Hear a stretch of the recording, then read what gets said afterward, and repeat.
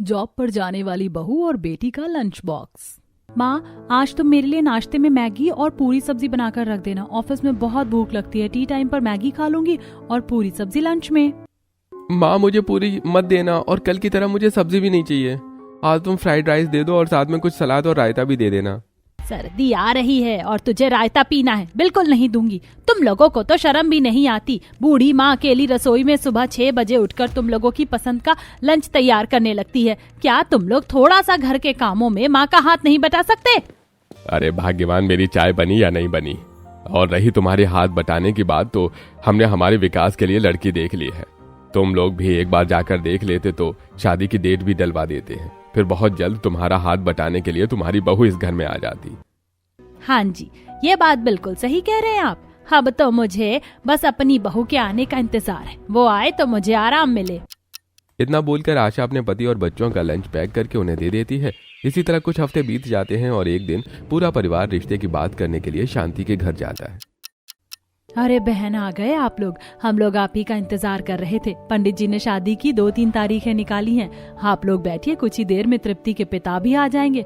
उसके बाद शादी का डिस्कशन कर लेंगे। हाँ बहन, क्यों नहीं। वैसे बहू कहाँ है? वो सर्टिफिकेट लेने के लिए कॉलेज गई है। मैं अभी फोन करके पूछ लेती हूँ कि कहाँ रह गई। इस लड़की को मैंने कहा था कि आज ऑफिस की छुट्टी ले ले, पर इसे तो अपने काम से इतना प्यार है कि पूछो ही मत। बस टाइम पर आ जाए ये लड़की। कुछ ही देर में तृप्ति और उसके पिता घर आ जाते हैं। तृप्ति के आते ही शांति अपनी बेटी के साथ कमरे में जाती है और उसे डांटते हुए कहती है, और लेट आ जाती ऑफिस से। मैंने कहा था ना तुझे कि आज तेरे ससुराल वाले शादी की डेट निकलवाने के लिए घर आ रहे हैं। एक दिन ऑफिस की छुट्टी नहीं ले सकती थी क्या? ऑफिस की छुट्टी तो मैं करने से रही। तुम जानती हो ना, इस कंपनी में लगने के लिए मैंने कितनी मेहनत करी है। दिन रात एक किया है मैंने, और अब मेरी पोस्ट भी बढ़ने वाली है। ऐसे समय में तुमने मेरी शादी रख दी और ऊपर से लड़के वालों से भी झूठ कह दिया कि मैं वर्क फ्रॉम होम करती हूँ। जहाँ जरूरत नहीं थी वहाँ भी झूठ बोला। अभी भी मौका है, सच बता दो। अरे तुम माँ बेटी बस एक ही बात के लिए लड़ती रहना। घर में मेहमान बैठे हैं, शादी की डेट निकालनी है। रही नौकरी की बात, तो बेटा शादी के बाद चीजें बदल जाती हैं। तुम अपने पति से बात कर लेना।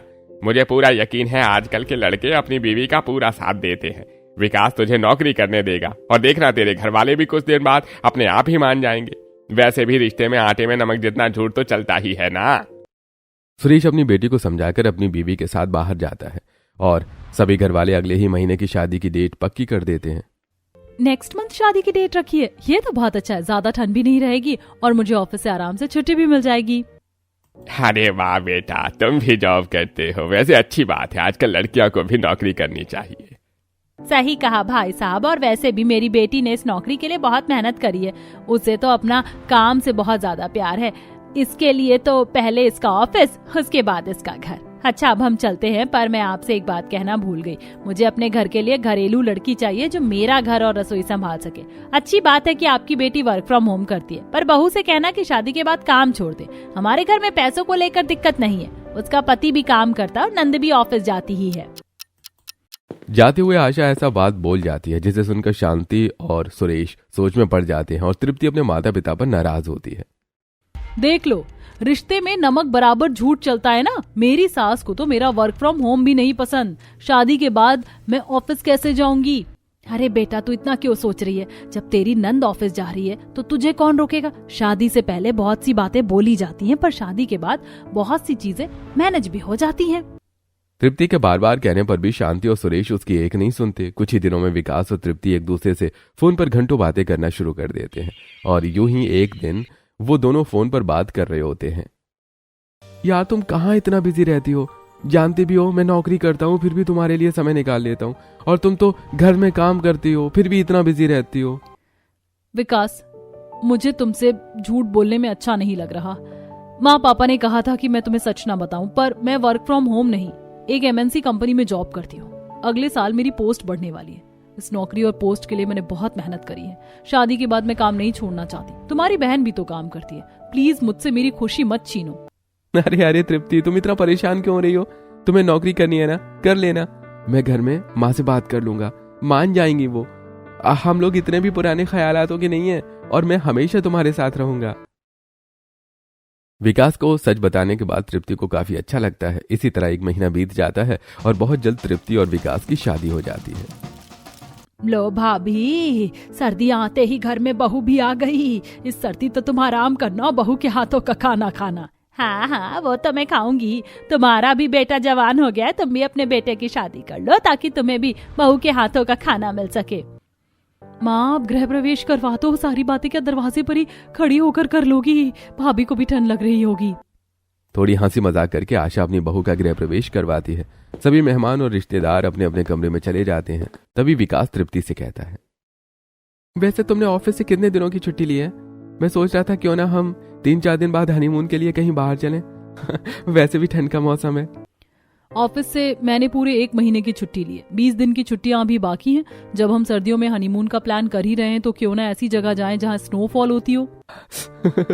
हाँ हाँ, क्यों नहीं। अरे वैसे अब मुझे बहुत ज्यादा ठंड लग रही है, हमें सोना चाहिए। हनीमून की कुछ बातें करके विकास और तृप्ति सो जाते हैं। अगली सुबह तृप्ति जल्दी उठकर अपनी पहली रसोई के लिए किचन में जाती है। वो सबसे पहले सब्जियां काट कर सब्जी बनाती है और उसके बाद चावल बनने के लिए रख देती है। साथ ही वो जमीन पर बैठकर कांपते हुए आटा गूंथती है। तभी वहां आशा आती है। अरे बहू, ये क्या, तू नीचे बैठकर आटा गूंथ रही है? स्लैब पर गूंथ लेती या बाहर गूंथ लेती? जानती भी है कितनी ठंडी हो रही है। कोई बात नहीं माँ जी, मुझे जमीन पर ही बैठकर आटा गूंथने की आदत है। बहू, तू तो बहुत संस्कारी है, पर फिर भी अगली बार से जमीन पर बैठकर आटा मत गूंथना। ठंड ज्यादा है और मेरी एक ही बहू है, मैं नहीं चाहती कि तुझे ठंड लगे। आशा अपनी बहू से बात करके वहां से चली जाती है। तृप्ति आटा गूंथकर खड़ी होकर फटाफट पूड़ियां तलना शुरू कर देती है। पूरी के बाद आलू के पराठे बना दूंगी, फिर मेरा खाना पूरा हुआ। पर माँ जी कितनी अच्छी हैं, मेरी कितनी फिक्र कर रही थी। तृप्ति खुशी से सबके लिए खाना बनाती है और कुछ देर में सभी को खाना सर्व करती है। घर आए मेहमान जब तृप्ति के हाथों का खाना खाते हैं तो वो आशा और विनोद की बहू की काफी तारीफ करते हैं। जी, तुम्हारी बहू बहुत अच्छा खाना बनाना जानती है। बहू, मजा ही आ गया, हर निवाले में स्वाद है। अरे स्वाद तो होगा ही ना सुमित्रा, आखिर हमारी बहू जो है। हाँ भैया, हमें पता है कि तुम्हारी बहू है। अपनी बहू की तारीफ सुनकर आशा फूले नहीं समाती। वहीं तृप्ति भी अपने घर वाले और रिश्तेदारों का प्यार देखकर काफी खुश होती है। इसी तरह कुछ दिन बीत जाते हैं। तृप्ति अपने पति के साथ हनीमून के लिए जाती है। 1 हफ्ते के बाद जब वो घर आती है तो विकास से कहती है, विकास, मंडे से मुझे ऑफिस जाना है। एक बार तो माँ पापा से बात कर लो ना, क्योंकि उन्होंने साफ कहा था कि उन्हें रसोई संभालने वाली बहू चाहिए और मैं अपना काम नहीं छोड़ सकती। तुमने कहा था कि शादी के बाद तुम मेरा साथ दोगे। हाँ तृप्ति, मैं हमेशा तुम्हारे साथ हूँ। अभी जब सब एक साथ बैठकर खाना खाएंगे तो मैं बात करूंगा। कुछ देर में पूरा परिवार रात का खाना खाने के लिए बैठ जाता है और आज काफी ज्यादा ठंड होती है, इसलिए सब खाते हुए कांप भी रहे होते हैं। कितनी ज्यादा ठंड लग रही है। इस ठंड में रात के समय चावल बनाना जरूरी था क्या? अरे तो क्या हो गया, ठंड में क्या इंसान अब चावल न खाए? वैसे माँ पापा, मुझे आप लोगों से कुछ बात करनी थी। तृप्ति भी जॉब करती है और बड़ी मुश्किलों से उसकी इतनी अच्छी कंपनी में जॉब लगी है। वो जॉब नहीं छोड़ना चाहती और ना ही मैं चाहता हूँ कि वो घर पर बैठे। इसलिए मैं अपनी बीवी को मंडे से ऑफिस जाने की परमिशन दे रहा हूँ। सोचा एक बार आप लोगों को भी बता दूं। क्यों जाना है? और तू कौन होता है ये फैसला करने वाला? मैंने तेरे घर वालों को पहले ही बता दिया था कि मेरी घर की बहू नौकरी नहीं करेगी, और तू तो वर्क फ्रॉम होम करती थी, फिर ये ऑफिस। माँ, काजल भी तो ऑफिस जाती है। आप ऐसी कैसी बातें कर सकती हो? अगर काजल ऑफिस जा सकती है तो तृप्ति भी जा सकती है, और मैंने उससे वादा किया था कि मैं उसको ऑफिस जाने दूंगा। अरे आशा, अगर बहू और बेटे ने ठान ली है तो हम कौन होते हैं भला मना करने वाले? वैसे भी आजकल माँ बाप की सुनता ही कौन है। ठीक है, अगर बहू ऑफिस जाना चाहे तो जाए, पर बहू, तुम्हारी कुछ मर्यादा है और अपने ससुराल को लेकर कुछ कर्तव्य है, उन्हें पूरा करना होगा। जैसे घर के काम, रसोई संभालना, सुबह ऑफिस जाने से पहले तुम्हें सारा काम करके जाना होगा। अगर कर सकती हो तो ही तुम्हें ऑफिस जाने की परमिशन मिलेगी। आशा और विनोद मुंह बनाकर विकास की बात मान जाते हैं। इस वजह से तृप्ति काफी खुश होती है और अगली सुबह 6 बजे उठकर रसोई में जाकर काम करने लगती है। 6 बज चुके हैं, जल्दी से खाना बना लेती हूँ ऑफिस के लिए, कहीं लेट ना हो जाऊं। गुड मॉर्निंग भाभी। अच्छा सुनो ना, मैं रनिंग के लिए जा रही हूँ। आप आज मेरे लिए खाने में पनीर के पराठे, थोड़ा सा सलाद और नूडल्स बना देना। पर काजल, मैं रोटी सब्जी और चावल बना रही थी। तुम तो जानती हो पापा रोज ऑफिस के लिए रोटी सब्जी लेकर जाते हैं। मुझे भी 10 बजे तक ऑफिस पहुंचना है, आज यही ले लो। क्या भाभी, आपसे पहले जब माँ हम सबके लिए खाना बनाती थी तो वो खुद आकर हमसे पूछती थी कि आज लंच में क्या चाहिए, और आप इतना आलस कर रही हैं। तृप्ति, तुमने मेरी शर्ट कहाँ रखी है प्रेस करके? और आज मेरे लिए खाने में पुलाव बना देना। लो भाभी, अब तो भैया ने भी डिमांड कर दी है। अगर आप भैया के लिए उनकी पसंद का कुछ बनाओगी तो फिर मेरे लिए भी बनाना होगा। इतना बोलकर काजल वहां से चली जाती है, जिसके बाद तृप्ति घर वालों की डिमांड पर उनकी पसंद का खाना बनाती है। 4-5 तरह के आइटम बनाकर वो अपना लंच पैक करती है। इतनी सारी डिशेस, वैसे लंच में मुझे ये सब खाना पसंद नहीं। सोचा था अपने लिए दाल मखनी और जीरा राइस ले जाऊंगी, पर कोई बात नहीं, जो बनाया वही ले जाती हूँ। अगर अब अपने लिए कुछ बनाने बैठी तो बहुत लेट हो जाऊंगी। तृप्ति जल्दी से लंच पैक करके कमरे में जाती है। तैयार होकर अपना लंच लेकर जब वो बाहर घर से निकलती है तो अपनी भाभी को जाता देखकर काजल उनसे कहती है, हाँ भाभी, आज तो मैं आपकी वजह से बहुत लेट हो गई हूँ। मैं अपनी सैंडल ढूंढ रही हूँ। आप तब तक रसोई से मेरा लंच ला दो, फिर आधे रास्ते तक हम दोनों नंद भाभी साथ चलेंगे। काजल, तुमने तो फॉर्मल ड्रेस पहनी है, मैंने साड़ी पहनी है। अच्छा चलो ठीक है, मैं ही ला देती हूँ। तृप्ति अपना सामान सोफे पर रखकर रसोई से काजल का लंच लेकर आती है। कुछ ही देर में दोनों नंद भाभी अपने अपने ऑफिस चली जाती हैं। ऑफिस में तृप्ति को देखकर उसका स्टाफ काफी खुश होता है। वेलकम तृप्ति। वैसे शादी के बाद तुम्हारी खूबसूरती तो और बढ़ गई है। अब मजा आएगा काम करने में। आखिर तुम जो आ गई हो। यार तृप्ति, जब तक तू नहीं थी मेरा तो दिल ही नहीं लगता था। अब मुझे मेरी पार्टनर मिल गई है, चल काम करते हैं। ऑफिस जाकर अपने दोस्तों से मिलकर तृप्ति को काफी अच्छा लगता है और वो काम करने के लिए बैठ जाती है। देखते ही देखते लंच का समय हो जाता है। आज जब तृप्ति अपना लंच बॉक्स खोलती है तो सब उसका खाना देखकर हैरान रह जाते हैं। अरे वाह तृप्ति, तू कब से पुलाव, सब्जी, नूडल्स जैसी चीजें लंच में खाने लगी? तुझे तो लंच में सादा खाना पसंद है ना? पर जो भी हो, हमारी तो पार्टी हो गई। शादी करने के यही फायदे होते हैं, जिंदगी में काफी सारे बदलाव आ जाते हैं। अब सभी तृप्ति का खाना देखकर बातें कर रहे होते हैं और खाना शुरू करते हैं तो तृप्ति को अपनी माँ की याद आती है, जब वो उसे समय देखकर उठाती थी। माँ, आज कितनी ठंड हो रही है। अरे 9 बज गए हैं, आज तो मैं लेट हो गई। माँ, तुमने मेरा लंच तैयार किया या नहीं? मैं नहाने जा रही हूँ। हाँ, बना दिया है मैंने तेरा फेवरेट सादा पराठा, मिक्स वेज और जीरा राइस। अरे तृप्ति, क्या हुआ? तू क्या सोचने लगी? अगर तुझे नहीं खाना तो तू मेरा खाना खा ले, मैं सादा खाना ही लेकर आई हूँ। कुछ नहीं, सब ठीक है। इस तरह तृप्ति अपने ऑफिस स्टाफ के साथ बैठकर खाना खाती है। देखते ही देखते कुछ दिन बीत जाते हैं। क्योंकि ऑफिस के लिए कभी वो लेट हो जाती है तो कभी अपनी पसंद का खाना नहीं बना पाती, इसलिए अब वो सुबह 4:30 बजे उठकर रसोई में खाना बनाना शुरू करती है। फाइनली आज मैंने सबकी पसंद का खाना भी बना दिया और अपनी पसंद का खाना भी पैक कर लिया। 7 बज चुके हैं, अब जाकर नहा लेती हूँ। आज तो मैं टाइम पर ऑफिस चली जाऊंगी। बहू, अगर खाना बन गया तो अपने ससुर जी को नाश्ता दे दो। बहू का काम सिर्फ खाना बनाना नहीं, घर वालों को खिलाना भी होता है। अपनी सास की बात सुनकर तृप्ति बिना कुछ बोले सबको नाश्ता देती है और जल्दी से ऑफिस के लिए निकल जाती है। वहीं लंच टाइम में जब काजल अपना लंच बॉक्स खोलती है तो उसके खाने की खुशबू पूरे ऑफिस में फैल जाती है। यार, तेरे खाने से कितनी अच्छी खुशबू आती है। तेरी भाभी तो बहुत अच्छा खाना बनाना जानती है ना। मेरी भाभी सिर्फ अच्छा खाना बनाना जानती है, बल्कि मेरी भाभी बहुत अच्छी हैं भी। मैं उन्हें कुछ खाने को कह दूं और वो मेरे ना बनाए, ऐसा हो ही नहीं सकता। अरे किस्मत वालों को मिलती है ऐसी भाभी, और तुम किस्मत वाली हो काजल। वैसे ठंड कितनी ज्यादा बढ़ गई है ना, हम तो तुम्हारे घर के गोंद के लड्डू याद आ रहे हैं। अरे बस इतनी सी बात, मैं घर जाकर अपनी भाभी से कह दूंगी, उन्हें सब आता है बनाना। काजल अपने ऑफिस में अपनी भाभी के हाथ के बने खाने को एंजॉय करती है और अपनी भाभी की काफी तारीफ भी करती है। शाम को काजल और तृप्ति घर आती हैं। काजल घर आते ही सीधा सोफे पर बैठ जाती है और अपनी भाभी से बोलती है, भाभी, बिल्कुल सही समय पर आई हो आप। मैं बहुत ज्यादा थक गई हूँ। 1 कप चाय बना दो और उससे पहले हल्का सा गुनगुना पानी करके दे दो। मेरा गला खराब हो रहा है, बाहर इतनी ठंड है ना, लग रहा है मुझे ठंड लग गई है। काजल, मैंने भी अभी घर में कदम रखा है, मैं अभी थक गई हूँ। तुम तो घर की बेटी हो, तुम्हें तो कोई काम नहीं बोलेगा।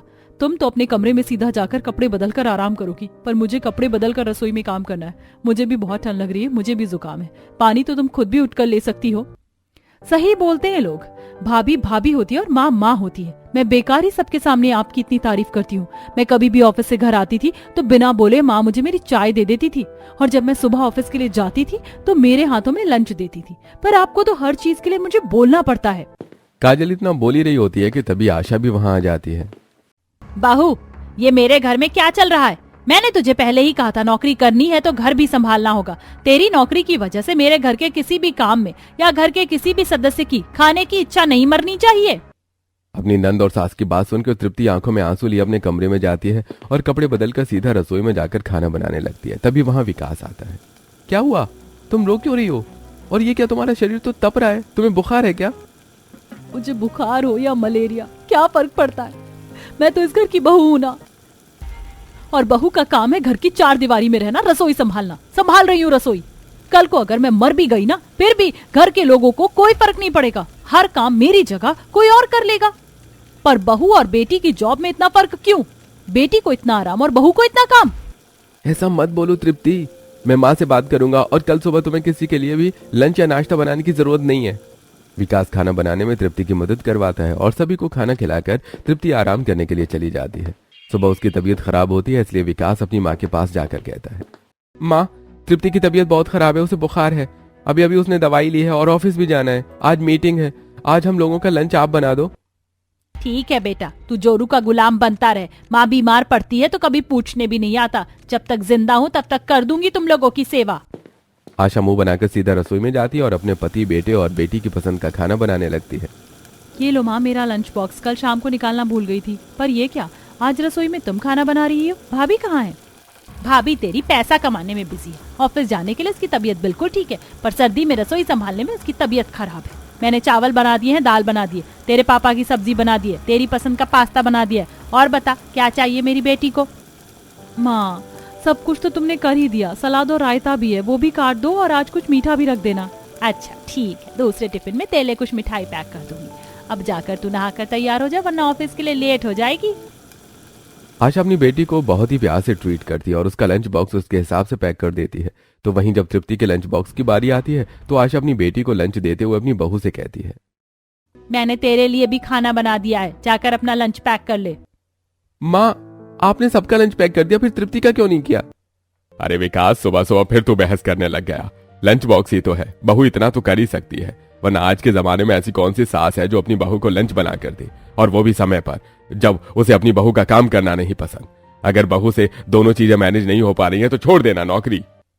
कोई बात नहीं विकास, लंच ही तो पैक करना है, मैं कर लूंगी। माँ जी ने मेरे लिए खाना बना दिया, वही बड़ी बात है। उदास तृप्ति रसोई में जाकर अपने लिए खुद लंच पैक करती है और ऑफिस जाती है। तृप्ति आज क्या लेकर आई? मुझे तो बहुत भूख लग रही है। बस लंच हो जाए तो सबसे पहले मैं तेरा ही खाना खाऊंगी। हाँ यार, तू ही खा लेना। आज मेरा खाना मेरी सास ने बनाया है। उनको कम नमक मसाले वाला खाना पसंद है और मुझे तीखा। सास हो तो तृप्ति की सास की तरह, जो बहू को भी लंच बना कर दे। काम करते हुए तृप्ति के कलीग्स उसके साथ बातें भी करते हैं और जैसे ही लंच टाइम होता है सब तृप्ति का खाना खाने के लिए बैठ जाते हैं। सभी को खाना काफी पसंद आता है, पर तृप्ति को अब भी अपनी सास की कड़वी बातें ही याद आ रही थी। वहीं काजल के दोस्त भी लंच टाइम पर जब खाना खा रहे होते हैं तो काजल का मैनेजर उसे अपने कैबिन में बुलाता है। मैंने तुम्हें कितनी बार बोला है, लंच लेकर अपने कैबिन में मत बुलाया करो। माना कि सबको पता है हमारे बारे में, पर फिर भी अच्छा नहीं लगता। तुम्हें यहाँ अच्छे और बुरे लगने की पड़ी है। मैं भूख से तड़प रहा हूँ। माँ कुछ दिनों के लिए गाँव गई है। मैं तो सोच रहा हूँ कि जब माँ गाँव से वापस आए तो इस सर्दियों में मैं माँ से हमारी शादी की बात कर लूँ। और जब तक माँ नहीं आ जाती, प्लीज मेरा लंच लेकर आ जाया करना। तुम्हारे घर का खाना मुझे वैसे भी बहुत पसंद है और बहुत भूख लगी। अब जल्दी से लंच खोलो। तुमने तो आज मेरा दिल ही खुश कर दिया। रुको मैं अभी खोल रही हूँ। वैसे भी आज माँ ने खाना बनाया और खाने में उन्होंने तुम्हारी पसंद की मिठाई भी रखी है। काजल बात करते हुए अपना लंच बॉक्स खोलती है और लंच बॉक्स देखकर सुमित काफी खुश होता है। इसके बाद काजल अपने हाथों से सुमित को खाना खिलाती है। कैसा लगा खाना? आंटी के हाथ में तो जादू है। वैसे क्या बात है, जनवरी आने वाली है, पर इस बार तुम सर्दियों के लड्डू लेकर नहीं आई। चिंता मत करो, 1-2 दिन में वो भी आ जाएंगे। आज ऑफिस से घर जाते हुए सामान लेकर जाऊंगी। ऑफिस में लंच करके शाम को काजल गोंद के लड्डू बनाने का कुछ सामान खरीदती है तो वहीं आज बाहर तेज हवा चल रही होती है। आज तो बहुत ज्यादा ठंड हो रही है, भैया थोड़ा जल्दी सामान पैक कर दो। हाँ बेटा, हो गया, ये लो तुम्हारा सामान। काजल कुछ देर में सारा सामान लेकर घर आती है और जब रसोई जाती है तो देखती है कि उसकी भाभी खाना बना रही है। वो अपनी भाभी को सामान देते हुए कहती है, भाभी अभी रात को या तो फिर कल सुबह सुबह गोंद के लड्डू बनाकर रख देना। कल लंच में मुझे अपने सभी दोस्तों के लिए गोंद के लड्डू लेकर जाने हैं। काजल, गोंद के लड्डू ऐसे ही नहीं बन जाते, उसमें समय लगता है। जिस दिन मैं घर में रहूंगी उस दिन फुर्सत से बना दूंगी। किस चीज में समय लगेगा भाभी? आपको सामान मैंने लाकर दे ही दिया है, आपको बस बनाना है। आपके पास काम ही क्या रहता है? आप इतना सा भी नहीं कर सकती? अपनी भाभी से उल्टा जवाब करके काजल सामान रखकर गुस्से में अपने कमरे में चली जाती है। बेचारी तृप्ति रसोई का सारा काम खत्म करके रात के 12 बजे रसोई में खड़ी होकर सभी ड्राई फ्रूट्स को मिक्सी में ग्राइंड करती है और कढ़ाई में घी डालकर लड्डू बनाना शुरू कर देती है। देखते ही देखते रात के 2 बज जाते हैं। जब तृप्ति अपने कमरे में नहीं आती तो विकास रसोई में आता है और उसे इतनी रात को लड्डू बनाते देखकर कहता है, अरे तुम इतनी रात में रसोई में क्या कर रही हो? छुट्टी वाले दिन भी तो कर सकती थी ना। मैं इस घर की बहू हूँ, बेटी नहीं। नंद जी के लिए बढ़िया है, उनकी पसंद का माँ जी ने उन्हें खाना बनाकर दे देती हैं। नंद जी 7 या 8 बजे उठती हैं और सीधा ऑफिस के लिए चली जाती हैं। यहाँ तक कि लंच पैक करके हाथ में देना पड़ता है उन्हें। और वो लेकर आई थी सारा सामान। अगर नहीं बनाती तो सुबह घर में कलेश हो जाता और बात फिर मेरी नौकरी पर आ जाती। तृप्ति की बात सुनकर विकास कुछ नहीं बोल पाता और उसके साथ खड़े होकर लड्डू बनवाने लगता है। लड्डू बनने के बाद दोनों सोने के लिए कमरे में चले जाते हैं। सुबह 6 बजे तृप्ति जल्दी से उठकर सबके लिए खाना बनाती है और आज वो अपने लिए कुछ नहीं बना पाती और साथ ही सबका लंच पैक करती है और उसके लिए खाना ही नहीं बच पाता। ये ताजी रोटी तो ननद जी को ही देनी है। 3 रोटी बची है माँ जी के लिए, मेरे लिए तो ऑफिस ले जाने के लिए लंच ही नहीं बचा। एक काम करती हूँ, मैं रात का खाना ले लेती हूँ। वैसे भी ठंड है, ठंड में कौन सा खाना खराब होता है। अभी बनाने के लिए बैठूंगी तो बहुत लेट हो जाएगा। ऑफिस के लिए लेट ना हो जाए इसलिए तृप्ति रात का खाना फ्रिज से निकाल कर उसे गर्म करती है और बासी खाना ऑफिस ले जाती है। पर आज जब सब उसका खाना खाते हैं तो उससे कहते हैं, यार कुछ दिनों से तू कैसा खाना लेकर आ रही है? तेरा मन नहीं करता क्या खाना बनाने का? ऐसा लग रहा है जैसे कि ये खाना बासी है। यार मैं परेशान हो गई हूँ, मुझसे रसोई और जॉब एक साथ नहीं हो पा रही है।